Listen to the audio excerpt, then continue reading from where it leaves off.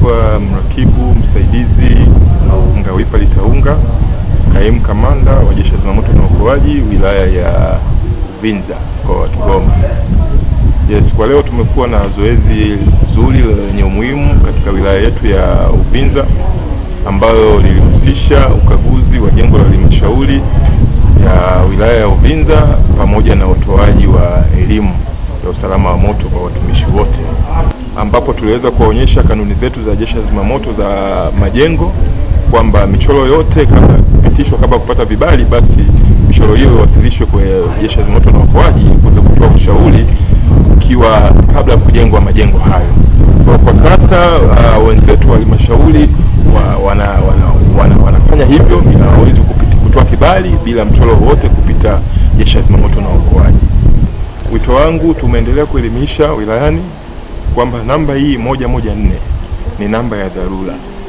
Itumike kipindi tu pale kunapokuwa kumetokea dharura au kama mtu yoyote anahisi kuna dharura fulani katika eneo husika.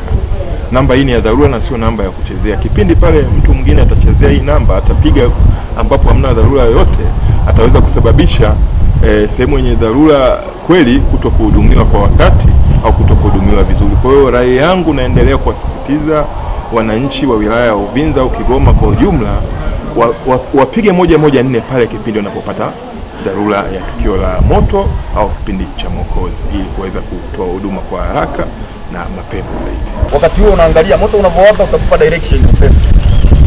Sawa? Utakupa uelekeo wa upepo. Maana utakaa kwa mfano upepo unatokea huko, utakaa kwa huko. Kitu kingine cha kuzingatia, lazima mzingatie distance, umbali kutoka kwenye moto na nini ili isije kaungua. Wakati uko unapiga moto utakuwa unahama. Kwa hiyo na wewe wakati mwingine unaweza ukawa unahama. Sawa? Unahama kutokana na moto unavyo au unasogelea kutokana na moto unapo au unasogea unaenda mbali kutokana na moto unapoongezeka. Tuko pamoja mpaka ufanikiwe kuuzima. Lakini leo tumeweza kupata mwanga kwamba kumbe inapotokea hatari yoyote ya moto unaweza kutumia jinsi ya kuwasha ule mtungi, jinsi ya kuweza kutumia kuzima gesi, na watumishi hapa tumeshiriki kuweza kuzima moto.